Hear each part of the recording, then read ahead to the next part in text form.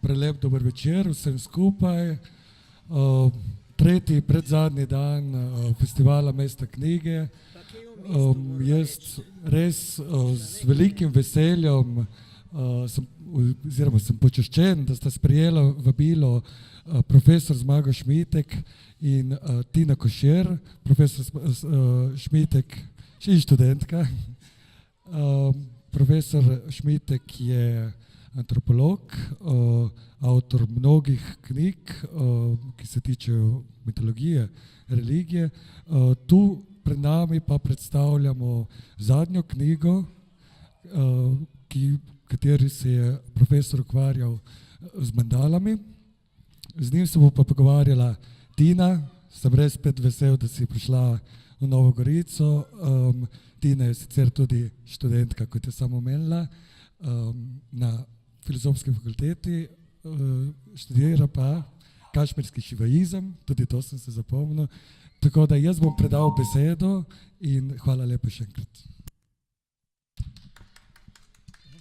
Hvala. Lepo pozdravljeni tudi v mojem imenu, lepo pozdravljeni dr. Šmitek.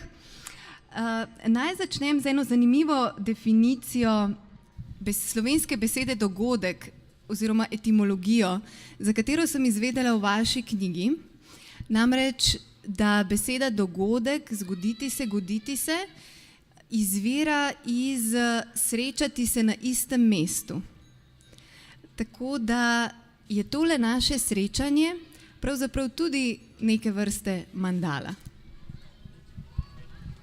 Ja, lepo pozdravljeni.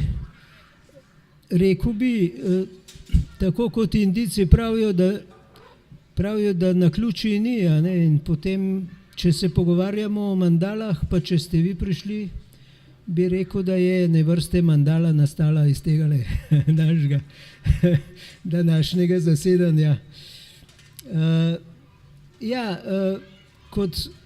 Kot iz knjige sledi, pa tudi upam, da bo tudi iz pogovora razvidno, nismo z azijskimi deželami, kakršna je Indija, pa še nekaj takih, v tako hudem kulturnem razkoraku, da se ne bi razumeli med sabo. Kvečemo nasprotno. Jaz mislim, ko sem študiral te kozmograme ali pa bi rekel ideograme ali pa kako bi jim še lahko rekli, torej te simbolične podobe kozmosa, sem ugotovil, da so naši koncepti prostora, kako doživljamo prostor okrog sebe in tudi čas, da so dokaj podobni, univerzalni, ne samo mogoče ne le v Aziji, ampak tudi v svojih osnovah pri vsem človeštvu. In to mi je dalo tudi spodbudo, ker jaz nisem hotel pisati knjige o neki hudo eksotični temi, s katero se mogoče ukvarja resno samo nekaj tisoč ljudi na celem svetu, pa še ti so v glavnem menihi, ki so zaprti za zidovi, ki v življenje redko kdaj posežejo aktivno. Ampak sem hotel napisati knjigo, ki bi nam dala nek širši pogled tudi na našo človeško situacijo. Tako da bi vsak lahko ob tem razmišljal še, kako tudi sam doživlja, če kaj drugače, kot pa nek vaščan na Himalaji ali pa nekje na ravninah Šrilanke ali pa nekje na Japonskem pod Fujiyamo. Namreč povsod tam, kjer poznajo te mandale, poznajo tudi ta glavna načela, ki se jih niso naučili, ampak so ravno tako prirojena v njih, kot so pri nas. Toliko bi za uvod povedal, za izhodišče in pojasnilo, zakaj je sploh tale knjiga nastala. Seveda, sam da še dodam stavek ali dva, seveda me je pa zanimala kultura tega dela Azije, ker je relativno slabo znana, čeprav se danes odpravlja tja mnogo turistov, ampak večino bolj bežno, površno spoznajo te kraje in kulture. Po drugi strani sem pa sam študiral tudi umetnostno zgodovino in te likovne rešitve, kakršne so tu, so se mi zdele izredno zanimive. Nekaj spet originalnega, kar pri nas seveda nismo navajeni. Mi imamo drugačen stil upodabljanja in poznamo simboliko, seveda v slikarstvu, kiparstvu in tako dalje, ampak ta simbolika ne gre v tako drobne detajle, v take specialnosti in ni tako holistična. To se pravi, ta simbolika naša se pojavlja na različnih področjih našega zaznavanja. Povsod najdemo nekaj simboličnega,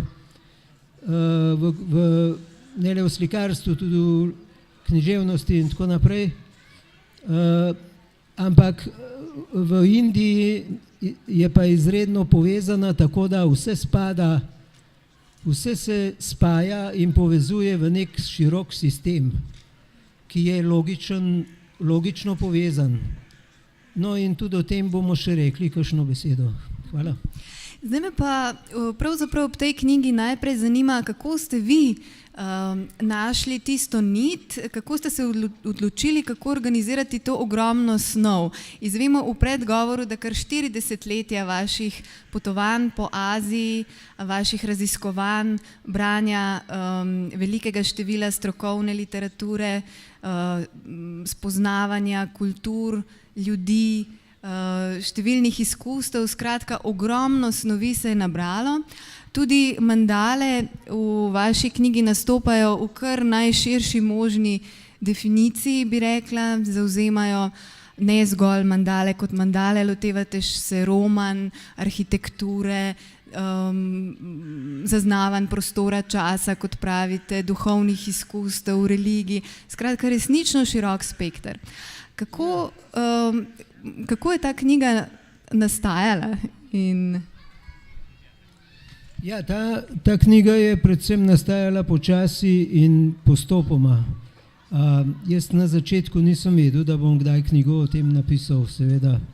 In sploh, ko sem prvič prišel v Indijo, to je bilo res približno 40 let nazaj, sem tja prispel še z navadnim avtobusom, z jugoslovanskim potnim listom, ki pa k sreči ni zahteval veliko viz, manj kot danes, celo, ker smo bili kot nevrščena država nekako povsod kakor toliko dobro sprejeti. In ko sem pa prestopil mejo Indije, sem pa tako kot marsikdo doživel kulturni šok, ker sem ugotovil, da preprosto nič ne razumem, kaj se dogaja okrog mene. In je trajalo potem nekaj let, da sem začel razumevati tisto logiko njihovo, kako povezujejo določene stvari med sabo. No in tale knjiga se je potem osredotočila, izhajala je iz vprašanja, kako razumeti to kulturo, kako jo mi lahko na kratko rečeno sploh lahko razumemo. In se mi je zdelo, da jo lahko razumemo skozi simbole, kar sem ravnokar že omenil, po drugi strani pa skozi čas in prostor, skozi koncept razumevanja časa in prostora. In Za simbole je pa treba reči, da so mnogoplastni. Simbol ni nekaj, v tem se loči od znaka. Znak je nekaj takega kot prometni znak. Če je na polju narisan klicaj, to je splošna nevarnost in nič drugega. Če pa govorimo o simbolu, je pa lahko mnogoplasten. Rečemo, kar naša rdeča zvezda je lahko, za nas je tle nek simbol, ki lahko zbuja občudovanje, lahko pa izredno sovražne reakcije. Če to zvezdo pokažemo nekemu tujcu, bo do nje zavzel čist drugačen odnos lahko. Enemu bo to zvezda odhaj neken piva, ne? Enemu bo tista rdeča barva všeč, ker je to barva bikoborb ali pa bog ve kaj, ne. In na osnovi simbolov se znajdemo na spolzkem terenu. Mandale so pa napolnjene s simboli. Tako da sem rekel tole, simboli so pomembni, ampak jaz nisem na trdnih tleh, če bom samo o simbolih govoril. Medtem ko čas in prostor sta pa kategoriji, ki sta bolj jasno določeni. Tam se pa ne moramo veliko hecati. Razdalja je razdalja tukaj ali pa na Himalaji. In taka in taka. Ne. Dobro, kaj je za nekoga veliko, pa kaj je mehno, je malce relativno, ampak tudi ne toliko zlo. Tako da tu smo si že veliko bolj blizu. Tako da knjiga pravzaprav povezuje to dvojno, ta dva koncepta, se pravi oprijemljivega in neoprijemljivega. Ne. Torej, to je bilo izhodišče. Potem sem pa šel v pojavne oblike, ki jih je pa ogromno, in so se prvi kozmogrami kot ene primitivne mandale so se pojavile pravzaprav že v jamskih slikarijah na stenah prazgodovinskih jam, kakršne so Altamira, Lesko in še kakšne v Franciji in Španiji izpred 30, 20 ali pa 15 tisoč let pred našim štetjem. Najdemo jih tudi pri avstralskih domačijskih plemenih, potem v džunglah Južne Amerike med indijanskimi plemeni in tako naprej. To se pravi, da to so neke vrste arhetipi.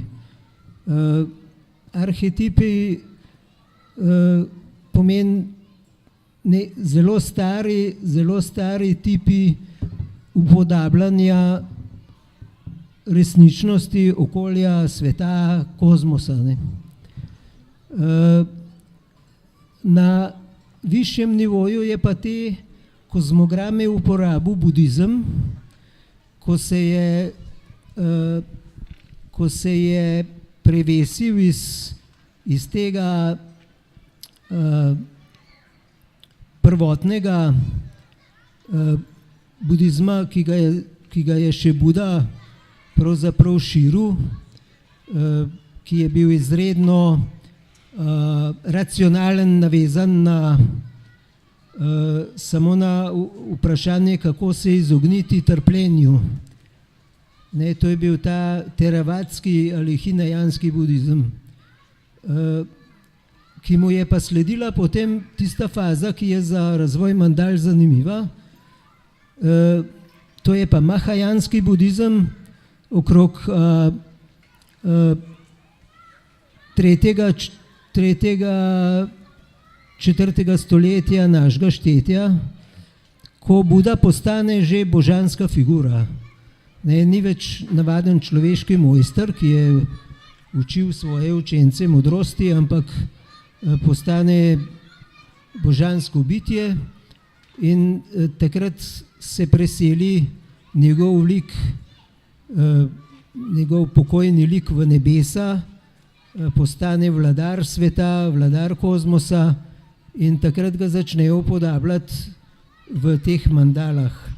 Njega ali pa še nekaj kasneje tudi različna stranska božanstva, ki mu služijo, ki so njegovi kot nekako dvorjani.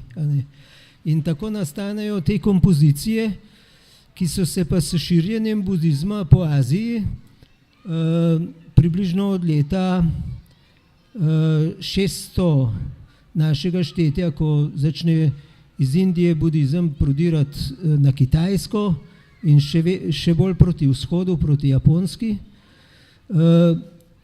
Takrat se je zgodilo, da se je budizem mešal z lokalnimi religijami. Bil je dovolj toleranten in širok, da ni bil dogmatski, ampak je dovoljeval, da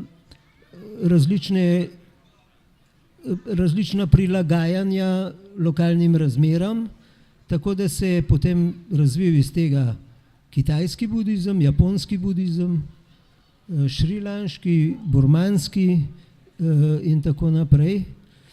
In kolikor je budizmov v Aziji, vsaka država ima pravzaprav svoj nacionalni budizem, ki je neka varianta osnovnega izhodišča. Toliko imamo tudi različnih tipov mandal in ker te mandale vsebujejo mnogotera božanstva, imamo potem kombinacije teh božanstev, ki producirajo še nove in nove mandale. Tako da v tej knjigi, če bi šel naštevati te mandale, bi jih lahko naštel preko 1000, najmanj. Nastajajo pa vedno nove in nove, ker se eksperimentira z njimi, tudi različne nove sekte si izmišljajo nove in nove mandale.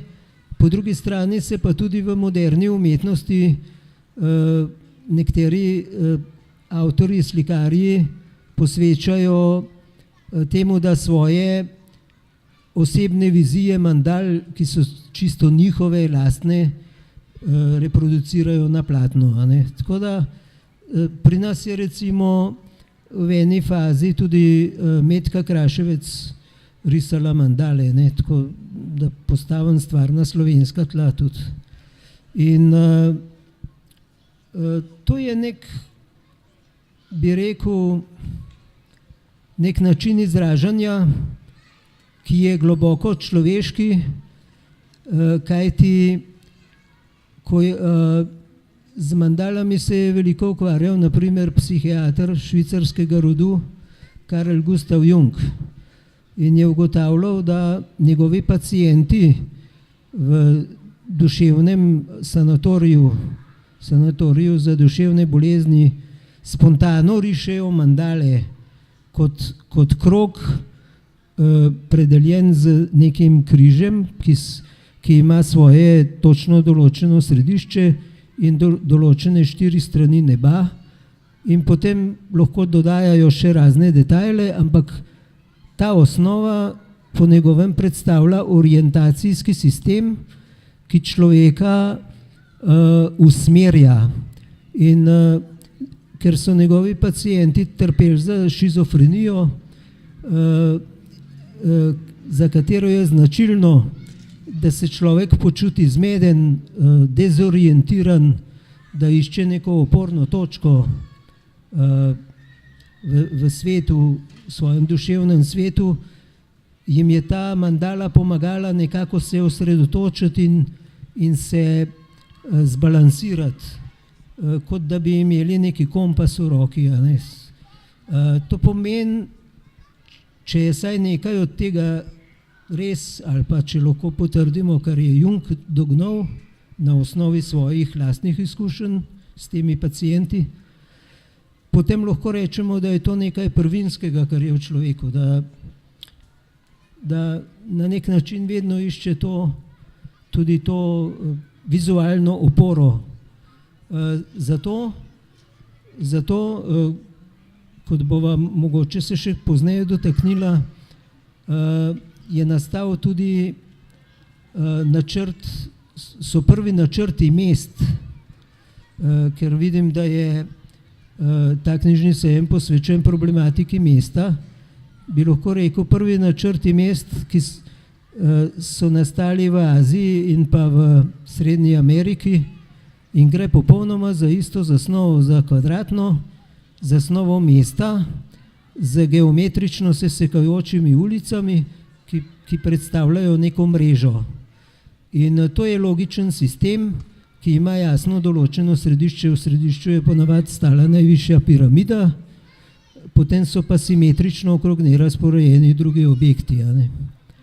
Ali pa v sredini mesta dostikrat, potem v kasnejšem razvoju, ostane prazen prostor za park, ki je nekoč pomenil rajski vrt oziroma vrt vladarja, ki je bil zasajen z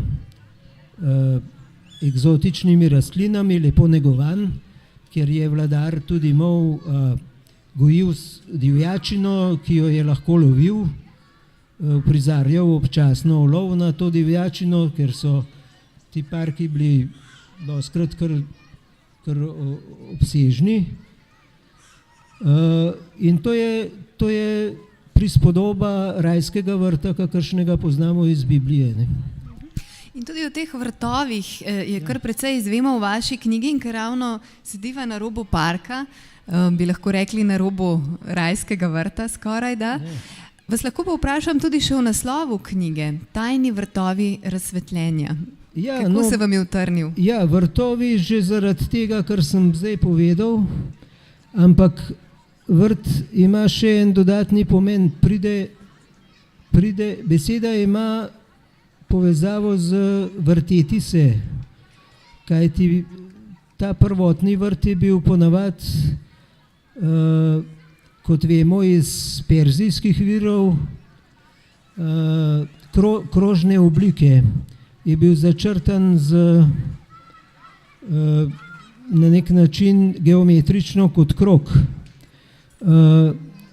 Namreč perzijska beseda pairidaeza, od katere pride paradiž, prav izrecno pomeni vrt okrogle oblike. Tako da vrteti se in vrt kot nasajen prostor z cvetjem in izbranim rastlinjem ima ta dva pomena. In tudi mandala, če jo pogledate v svoji barvitosti, tako malce bolj oddaleč, pa da ne veste glih natančno, kaj kakšen božansko bitje, ki so tam narisani tudi v mandali, pravzaprav pomeni. Če jo gledate samo kot likovni izdelek, izgleda kot en izredno pisan vrt z različnimi gredicami. Torej, če še ostanem pri naslovu Tajni vrtovi razsvetljenja, bi rekel tajni pa zato, ker je bil nauk o teh mandalah, namreč o njihovem pravem pomenu, kako si jih razlagati, je bil na začetku tajen. Vsak spiritualni mojster v Indiji in potem tudi na Kitajskem in Japonskem kasneje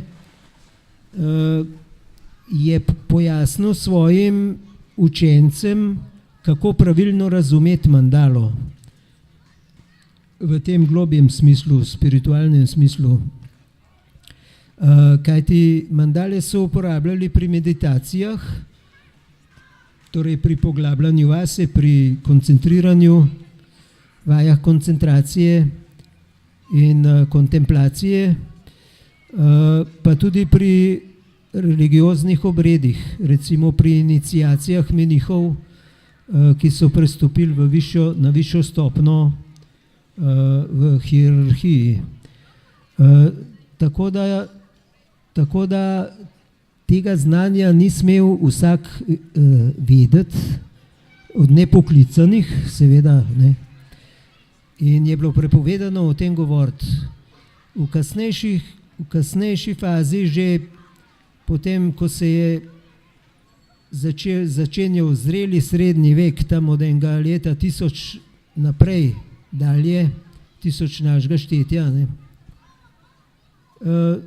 So pa začeli nastajati priročniki, zapisi o teh mandalah, ki so še v precejšnji meri ohranjeni in iz katerih pa že izvemo kar nekaj o tega tajnega znanja, ne. To se pravi, ni bilo več tako zelo skrito in rezervirano samo za elito, samo za nekatere izbrance. Vendar še zmerom, če bi poskušali po teh opisih, bilo je nekaj poskusov tudi od tujih avtorjev, pa tudi sam sem to izprobal, da bi po enem takem dokumentu iz 10. stoletja narisal sam mandalo, pa je to nemogoče, ker ravno nekaj pomembnih detajlov pa zamolči, tako da tisti, ki misli, da zdaj že ve nekaj, še zmerom ne ve vsega.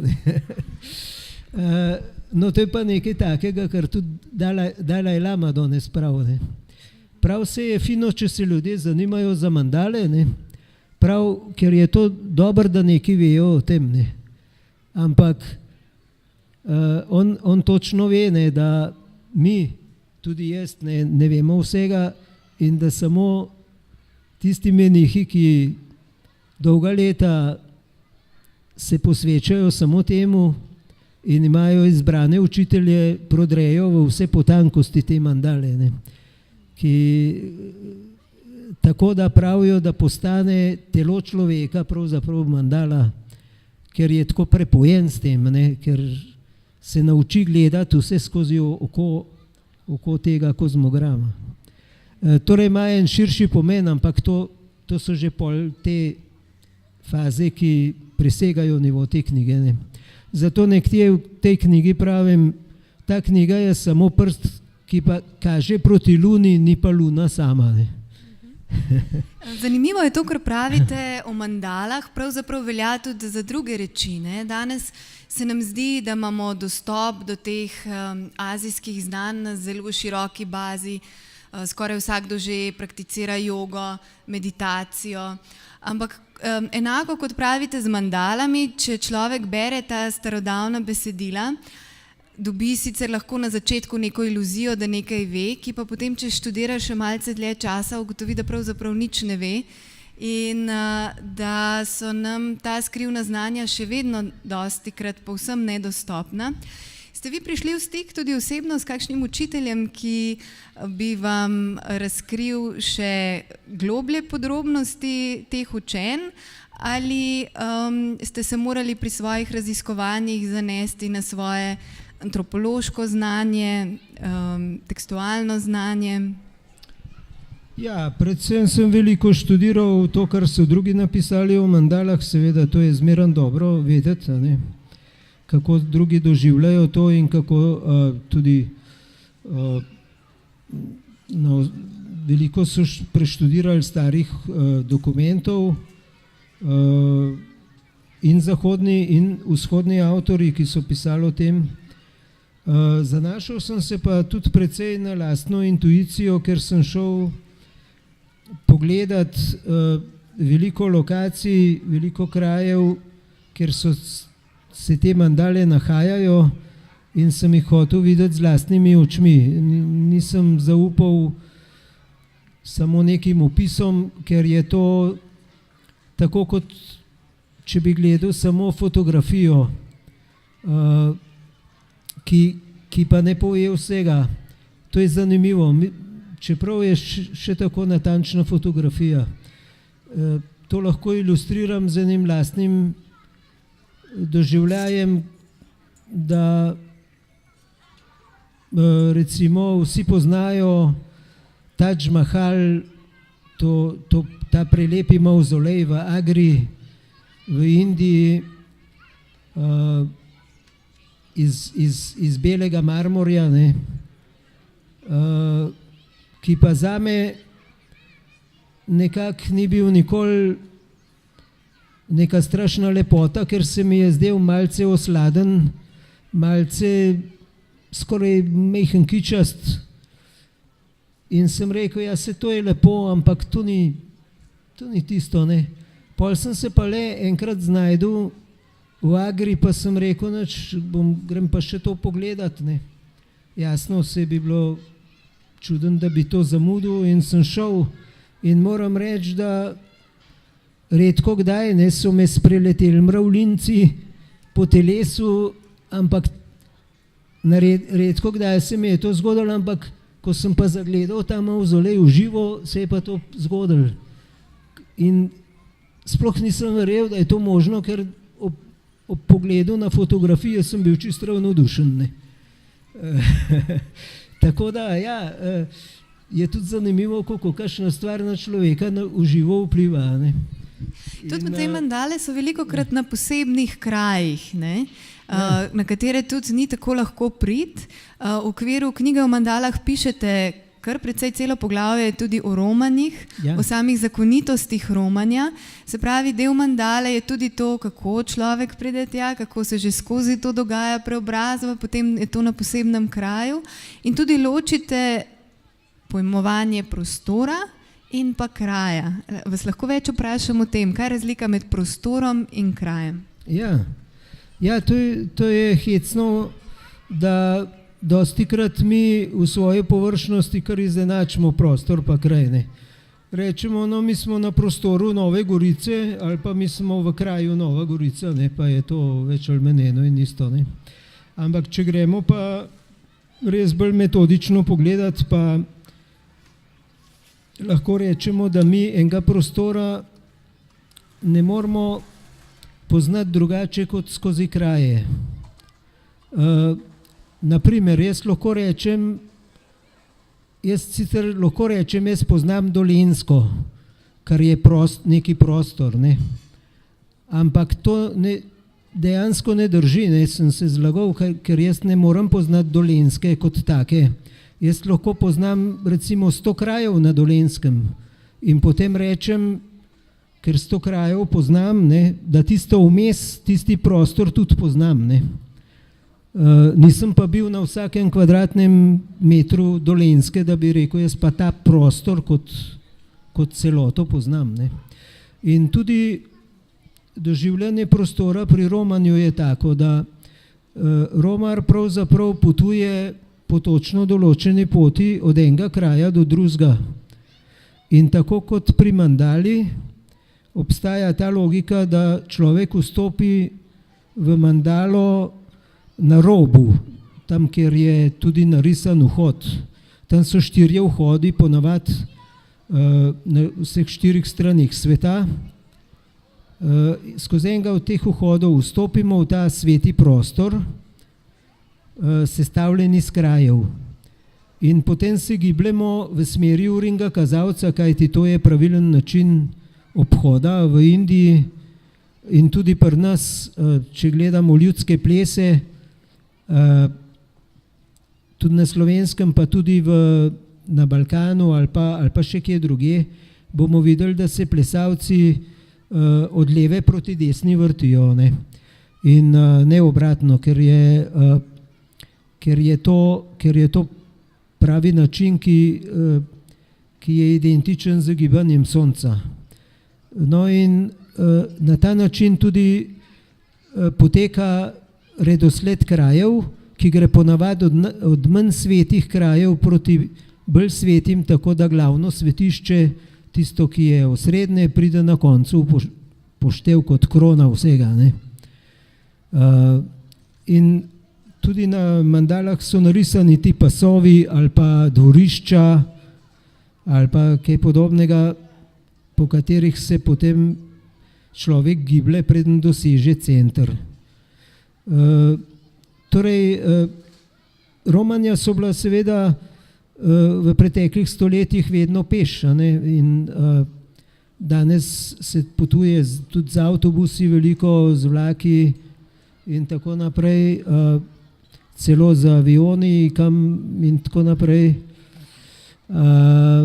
Takrat je pa dejansko doživljal romar kraj za krajem postopno in je hodil in se tam ustavljal, se grel ob ognju, se prenočval, z ljudmi kontaktiral in je tako dobil čisto drug vtis o svetem prostoru kot današnji popotnik, ki prebrzi v avtu to 1, 2, 3. Ne. Ni imel intimnega odnosa z kraji samimi in z ljudmi in z vsem skupaj. Tibetanski romarji recimo so izredno gradili na tem, da so, ko so se nekje ustavili, da so poskusili vodo, tam kakšen okus ima, da so se ulegli na zemljo in skušali te vibracije zemljišča razumeti in tako naprej. Oni so se tega resno lotili, ne, da oni so se počutili kot v ta pravi mandali, kot v enem takem, če bi se mal hecel rekel, svetem Disneylandu, ne, kjer je treba si vse ogledati in sprobati. No in temu je posvečeno pač eno poglavje. Še danes je romanje v Indiji izredno razširjeno, cele družine romajo peš ali pa na ta bolj sodoben način. Ogromno je svetih mož, ki na starost, to so kmetje, ki prepustijo na starost svojo posest otrokom, svojim sinovom, zapustijo svoje žene kot vdove v oskrbi teh svojih sinov in odidejo na pot na romanje. In veliko jih tudi tam kje umre in za njih je to najboljši način, da se poslovijo od tega sveta, umreti v kakšnem pomembnem svetišču na poti ali pa, če že ne, celo v osrednjem, kot je na primer kakšen v Benaresu, ki je najbolj sveto mesto cele Indije. Ne. In potem, če se to zgodi še tako kot v Benaresu na bregovih Gangesa, kamor potem njihov pepel vržejo, da ga Ganges odnese direktno proti nebu, ker obstaja tudi nebesni Ganges, ki je samo ta zemeljski Ganges, reka Ganges je samo podoba nebesnega Gangesa, ki je Mlečna cesta. To pomeni, da njihov pepel, ki ga stresejo v ta Ganges dol, pride direktno na nebo. Ne. In to še zmeram zelo na podeželju verjamejo in se to dogaja. Ne. Tako da je neko posebno doživetje. Pojasnjuje pa seveda, kako oni doživljajo ta prostor. Tako no, se bi lahko še kaj dodal, ampak se moram paziti, da ne bova predolga. Ta prostor, zunanji prostor je svet in je hkrati metafora notranjega prostora in notranji prostor je metafora zunanjega, zelo močna povezava med mikrokozmosom, med makrokozmosom. Samo še eno mini vprašanje, tudi v tem poglavju o romanju, ko pišete o teh svetih možeh, indijskih sadujih, ki romajo naokrog, pišete, kako ste včasih sedeli po teh svetiščih, poslušali njihovo klepetanje, bili z njimi, potem kasneje ste prebrali knjigo raziskovalke Sondre Hauser, Wandering with the Sadhus, ki je zelo zanimiva knjiga, priporočam. So kakšne zanimive zgodbe iz teh vaših srečevanj s temi zanimivimi saduji? Ja, sej pravim, jaz na začetku, ko še nisem niti vedel, da bom kdaj o tem pisal, sem se pogostokrat srečal, ker sem tudi jaz zelo podoben Romov po Indiji.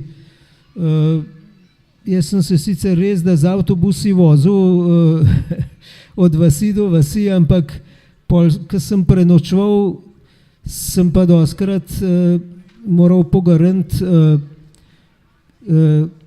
kakšno rogoznico na tla in prespati kar zunaj. In sem videl te ljudi, ki so marsikod so bili zbrani okrog ognja, ki so ga kurili in so pač tam si kakšen čaj skuhali in so se pogovarjali. Ne. In pa sem prišel malo zraven, pa so me kar povabili zraven. V Indiji skoraj vsak, tudi podeželan, znam nekaj malega angleško, tako da smo se lahko sporazumevali. In pol so me spraševali, odkot sem, kaj delam, pol so mi pa tudi svoje življenjske zgodbe pripovedovali, ne, in smo se izredno fino imeli, ker smo bili obojni pravzaprav popolnoma enaki. Oni niso bili vezani na nobeno visoko kasto, da bi se počutili, da so kaj več od mene. Jaz sem jih tudi jemal kot popolnoma enakovredne, ne, in smo se malo hecali. Zvedel sem marsikaj o njihovem privatnem življenju. Tako ja, to je bil zame en fin dogodek.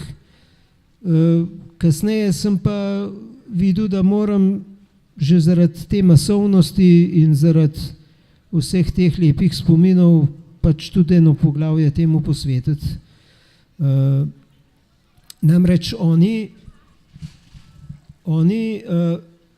potem na to, kot sem rekel, na to pokrajino gledajo kot na mandalo in Benares, recimo kot sveto mesto, če ga gledamo na zemljevidu, ima popolnoma nepravilno obliko z kaotičnimi ulicami, nič ni geometričnega v Benaresu, ne.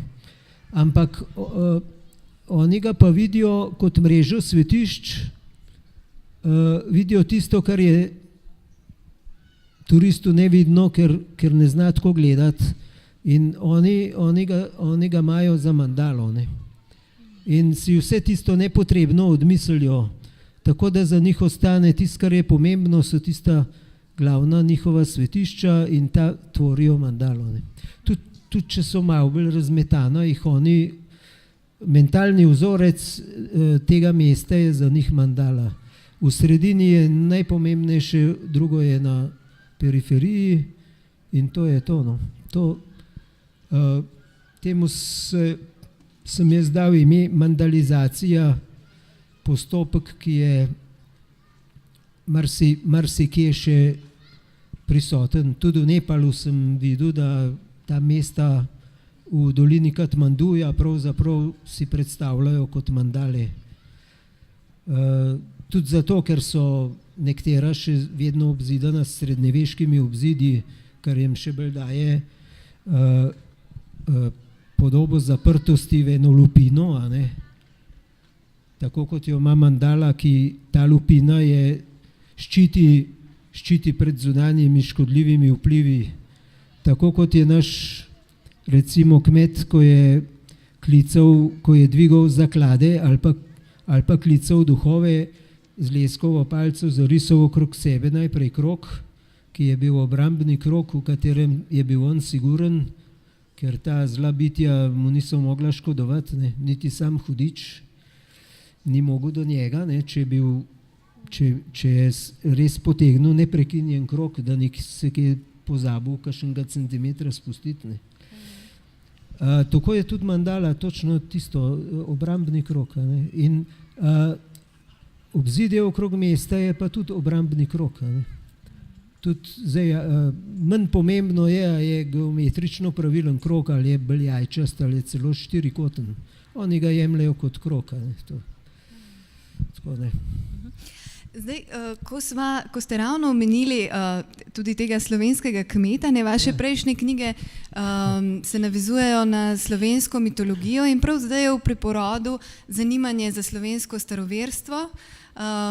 Išla je lani ali zdaj mogoče že 2 leti nazaj Medveščkova knjiga Z nevidne strani neba, ki se mi zdi, da je povzročila prav eno revolucijo v tem, kar zdaj vemo o tem, in da so pravzaprav podobna naravnanost, podobno dojemanje sveta pravzaprav tudi v teh krajih tukaj naokrog, sveta drevesa, svete reke, sveti kraji, sveta sila Nikrmana izjemno spominja na indijsko šakti. In tudi veliko simbolov je podobnih, pentagram recimo, prej ste omenjali rdečo zvezdo, ampak ob njej dobimo tako ideološke misli, ampak prejšnji pentagram kot tak, kot nekaj, kar odganja zlo, je pa recimo in v slovenskem staroverstvu bilo prisotno in v indijskem šivaizmu. Kako vi vidite te povezave? Večkrat ste rekli tudi v intervjujih, da je Indija veliko bliže, kot se zdi. Ja, saj pravzaprav smo tudi po jeziku povezani med sabo.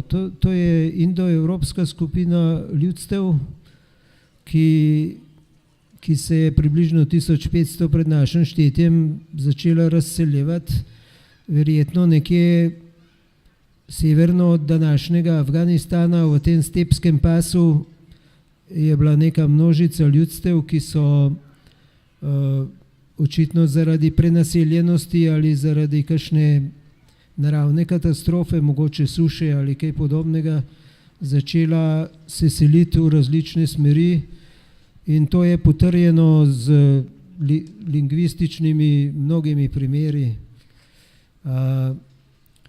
Tako da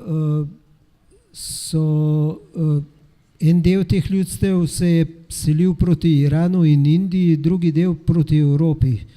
Tako da so Slovani, Germani in romanski narodi potomci teh ljudstev, ki so živela nekoč v sosedstvu. Zato recimo, če zelo en preprost primer povem, pridete v Indijo in vam ni problem šteti osnovna števila ek do trin čar panč, 1, 2, 3, 4, 5. Panč je tako, sicer za nas ni tako podoben, ampak če pogledamo Poljake, ki rečejo pjonč, je pa že panč, skoraj. Ek je ena, eka do je 2, tin 3. In tako. In še mnogo drugih takih besed je tudi povezanih z religijo in etiko, in tako da je to očitno, da so neke stare vezi med nami, ki so se pa brez vseh problemov ohranile kakšnih 1000 ali pa 1500 let. To je pa, čeprav mogoče za nekoga, ki o tem ni razmišljal, se to zdi presenetljivo, ampak je potrjeno z mnogimi študijami in primeri, da to še živi tudi pod površjem tele naše modernizacije. Zato morda tudi tako hrepenimo po tej modrosti mandalne. Ja, no, eden bolj, eden manj. Se pravi, nekterim se zdijo samo lepe, nekateri si jih kupijo za spominek, če so bili kdaj v Katmanduju ali pa kje v kakšnih takih deželah. Nekateri vidijo pa v njih še kaj drugega, nekaterim so pa eksotične, kot ena nostalgija po nečem drugačnem. Se vemo, da je v 60-ih letih smo imeli New Age, pa te stvari, ko so bili hipiji in so vsi drveli tja proti Afganistanu in Indiji. Beatlesi so tam dol začeli kariero delati pravzaprav v Nepalu, in so se mal šli jogo, sicer bolj za trenutno inšpiracijo, ampak ja, še zmeraj so te stvari produktivne in zanimive. Tudi produktivne so lahko zelo. Kajti, zdaj bom pa še nekaj povedal, kar je tudi šele v zadnjem poglavju knjige se bolj s tem ukvarjam. Mandala je v sredini prazna, kajti Budov nauk pravi, da nič ni, pravzaprav, da je vse iluzija in da če se hočemo otresti trpljenja, ne, da se ne smemo vezati na neke materialne stvari, sicer to pravijo tudi mnoge druge religije, ne, da pač je bolj pomembna etika, morala, vera, kot pa imetje pa neke materialne dobrine. Ampak Buda je šel tukaj še en korak dalje, da je rekel, da nič od tega nima svoje lastne identitete, nič ne more obstajati samo po sebi, vse je odvisno od nečesa in zato tudi minljivo. In zato so tudi bogovi minljivi. Ne, tako da je pravzaprav budizem, ki začne, ta pozni budizem, ki je razvil idejo o bogovih, jo je razvil samo kot o simbolih. Če pa v resnici se vprašamo, če po budistični ideologiji obstajajo bogovi, bomo pa ugotovili, da ne, ker ti bogovi so samo simboli, v resnici so pa prazni. No in to vrhovno božanstvo, ki sedi v centru mandale, je pravzaprav praznina. In zato tudi tam čas ne obstaja. Tako kot prostor sicer obstaja, prostor, ki je izredno nabit z, kako bi rekel, z sposobnostjo rojevanja vedno novih stvari, ki je produktiven, ampak je pa to prazen, iz praznine se rojevajo vse stvari in zato so tudi v resnici prazne. Ne? Je pa res, da zdaj ne smemo pa tega vzeti tako dobesedno, da bi rekli, tale miza je pa prazna, ne? Sej, če treščimo vanjo z glavo, še kako dobro občutimo, da ni glih prazna. Ne? Ampak sodobna fizika pravi podobno, da pravzaprav ta miza je prazna, ker če pogledamo, je ogromno nekih atomov, ki so noter dejansko prazni, so elektroni, skratka prazen prostor, ki pa daje nek vtis trdnosti, zelo podobno kakor budistični. Sej v tem je paradoks, ne, da je hkrati prazna in trdna. Ne. Kakor pogledamo, ne, in iz praktičnega vidika stvari res obstajajo. Recimo trgovina tam le obstaja, ne moramo reči, da jo ni. Ne. Ampak v tem spiritualnem smislu, bolj filozofskem, pa pravzaprav ne obstaja, kajti zdaj le jo sicer vidimo tle, ampak kaj vemo, kaj bo, pride potres, pride nekaj drugega, jutri jo lahko ni več. Ne. Ali pa tako naprej. Ne. Tudi vse je pač minljivo, vse je začasno, zasilno, včasih je to samo iluzija, da je, pa v resnici ni, ne? Pa je nekaj drugega, ki se skriva pod plaščem nečesa in tako naprej. Tako da ima mandala sporočilo tudi ki je izredno zanimivo tudi za današnje kreativce vseh vrst, na vseh področjih, od znanosti do umetnosti, da iz te inspiracije, ki prihaja iz praznine, prihajajo najboljše ideje. In tako kot pravijo Japonci, izprazniti je treba svojo skodelico čaja, pa si naliti nov čaj noter. Ne moramo miksati stvari. Do nečesa novega pridemo, ko naredimo praznino najprej. Ne? Se pravi, ko stari čaj vržemo stran ali ga popijemo, potem si lahko nalijemo čisto nekaj nov čaja. Ne? Novo dozo, ki je lahko pač nekaj drugega. Ne? No in pravzaprav nas vsi ti koncepti, vse to, kar smo se naučili v šoli, se izkaže marsikaj za intelektualno navlako, ki jo lahko mirno zavržemo, pa takrat, ko nič ne mislimo, včasih dobimo priblisk in najdemo nekaj novega, če smo pa zakopani v te svoje stare ideje, v te svoje strelske jarke, pa ne moramo pričakovati, da bomo do česa novega prišli. Tako, no, to je tudi ena tema, o kateri se splača razmišljati. In kot ste rekli, vse je minljivo, tudi najin čas tukaj, ampak preden na odru nastane praznina, imate še možnost, če vas karkoli zanima, da vprašate, če želite karkoli komentirati.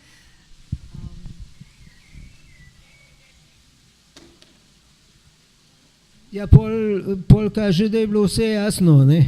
Če ne, imam jaz še vprašanje. Mislim, vprašanje, pravzaprav ogromno imam še vprašanj, ki jih nisem uspela zastaviti, ampak bom kdaj drugič v kakšnem drugem konceptu. Bi pa želela, če ni vprašanj, zaključiti z eno čudovito mislijo in sicer krasno definicijo mandale, ki jo tudi omenjate v knjigah. Namreč, da je mandala nekega mojstra, da je mandala katerikoli košček resničnosti, ki ga obdamo z lepoto. Ja, tako. Se popolnoma strinjam, ne. To je to, ja. To je bistvo zadeve. Mandala je lahko vse, ne. In vse, kar je produktivno, kar je stimulativno po svoje in kogar bo kaj več zanimalo, res mu priporočam, da si ogleda tudi slikovne priloge, pa bo mogoče slika povedala vsaj toliko, kot tudi besede povejo, ne. Tako da je pa okrog 300 barvnih reprodukcij v knjigi, tako da bo vsak prišel pri tem na svoj račun lahko, če ga bo to zanimalo. Ali kot je rekel, kot je zapisal Kukaj, ezoterične ideje so tako globoke in skrivnostne, da jih je težko izraziti s čopičem in tušem, torej pismo, ki je govoril o pismengah tekstualno. Zato se razodevajo razsvetljenjem v obliki slik in diagramov.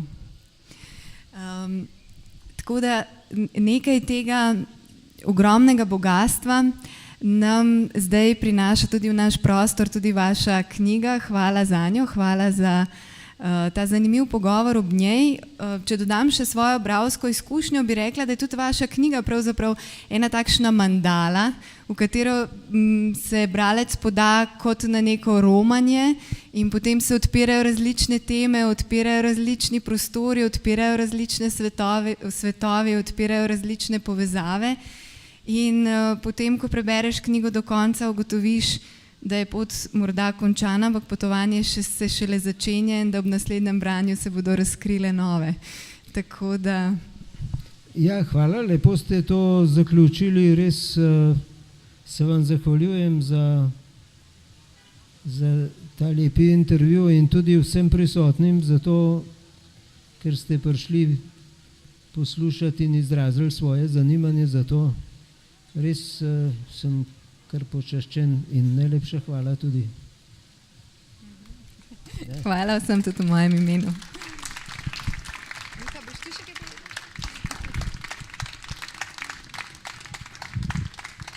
Hvala lepa profesor Šmitek, hvala lepa Tina. Mandale tu so na voljo. Profesor bo še nekaj časa z nami, tako da vprašanje, ki si jih niste upali zastaviti na glas, jih lahko potiho tu. Je bil tudi omenjen Jung, pri Beletrini sta še 2 knjigi v zadnjih letih, torej Rdeča knjiga in Psihologija in alkimija, tudi tu na voljo. Torej, res še enkrat hvala lepa. In jaz bom samo na hitro spomnil na program jutrišnji. Torej, zgolj večerni dogodek. Luka Novak bo predstavljal svojo knjigo o podzemni železnici skupaj z Lukolistiko Gabrielčičem in slavnosti zaključek z Borisom Pahorjem.